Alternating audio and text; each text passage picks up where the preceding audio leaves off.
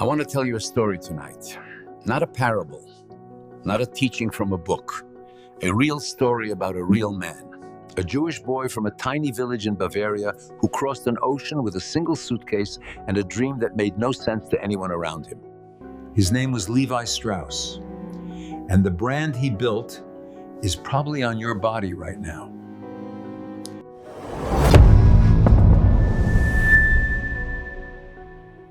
It is 1829. In the village of Butenheim, Bavaria, Hirsch Strauss runs a small dry goods store, selling fabric and thread to local farmers. His son, Loeb, watches him every day from behind the counter, learning the only thing his father has to teach: how to look a customer in the eye, how to give fair value, how to survive with dignity in a world that does not always want you there. The Jewish community in Bavaria faces constant restrictions. They cannot own land, they cannot hold most jobs, but they can trade, and so they trade. His mother dies when Levi is 16. His father dies shortly after. His older brothers, Jonas and Louis, have already left for America and write back, "Come, there is opportunity here that Bavaria will never give us." In 1847, at the age of 18, Loeb Strauss boards a ship.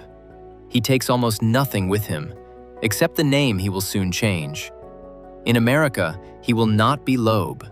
He will be Levi. He crosses the Atlantic in steerage.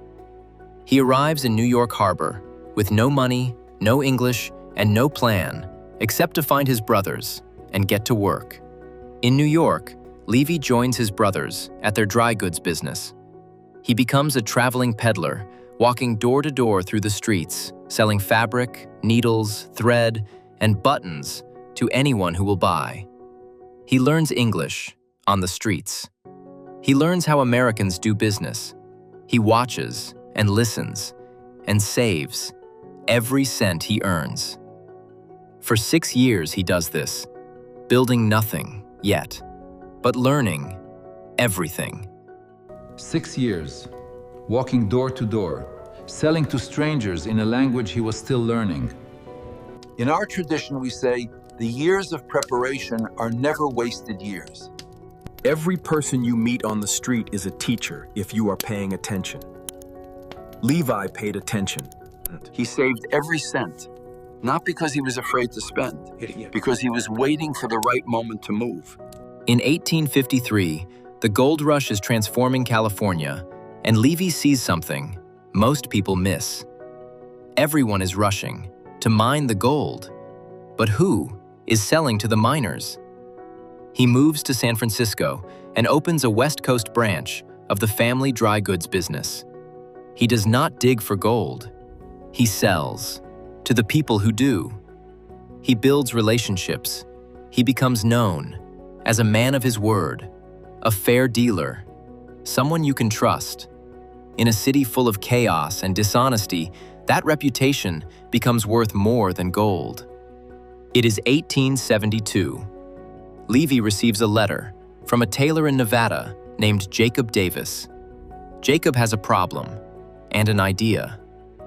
Miners keep tearing their trousers at the pockets and the seams. The fabric simply cannot survive the work. Jacob has started placing copper rivets at the stress points to reinforce them.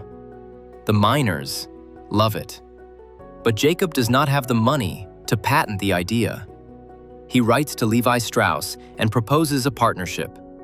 Levi reads the letter and immediately understands what he is looking at. Not just a stronger pair of trousers, a product that solves a real problem for millions of working people. He agrees immediately.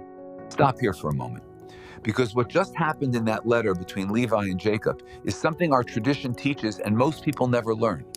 Levi did not invent the rivet. Jacob did. But Levi had capital and the wisdom to say yes to someone else's idea. Levi and Jacob file for the patent together. On the 20th of May, 1873, the United States Patent Office grants patent number 139121 to Levi Strauss and Jacob Davis for an improvement in fastening pocket openings. That is the legal birthday of the blue jean, a product that will outlive everyone who made it, a product that will be worn by billions of people who will never know the name Jacob Davis. But they will all know the name Levi. The first riveted denim trousers sell for $1.25. The miners buy them as fast as Levi can make them. Word spreads through the camps. These trousers do not tear. Within months, demand outstrips supply. Levi opens a factory, then another. The working man of America has found his uniform, and Levi Strauss has found his purpose. The San Francisco denim trouser is about to become something no one expected. Not just a product, a symbol. $1.25. That is what it costs to change the world. Not a fortune, not a miracle, just a product. Within months, demand outstrips supply. This is the moment every builder dreams of. In our community, we teach that purpose is not found, it is built. Slowly. A symbol. That word matters, because a product can be copied. A symbol cannot. The moment something becomes a symbol, it belongs to everyone who wears it. And nobody can take that from you. What separates Levi Strauss from most businessmen of his era is not just his success. It is how he builds. He pays his workers fairly at a time when most factory owners pay as little as possible. He donates regularly to charitable causes across San Francisco. He funds 28 scholarships to the University of California. He never marries and leaves no children, but he treats his community as his family. When earthquake devastates San Francisco, he pledges immediately to rebuild and stays when others flee. His employees know his name. His customers trust his product. His city respects his character. After World War II, something extraordinary happens. American soldiers, returning from Europe and Asia, bring denim back with them. Hollywood films it. The counterculture of the 1960s adopts it as the uniform of rebellion. By the 1980s, Levi's is selling in over 40 countries. The working trouser of a California gold rush miner has become the most recognizable garment in human history. A Jewish immigrant's product, made from an idea he did not invent, built on values he never compromised.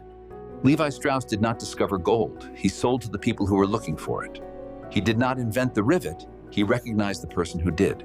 He built a working man's trouser, and it became one of the most valuable brands in history, not because he was clever, because he was honest. In our tradition, we say, do not ask for gold. Ask for the wisdom to see the opportunity in front of you and the character to build it right. Nobody told you this story, so I did.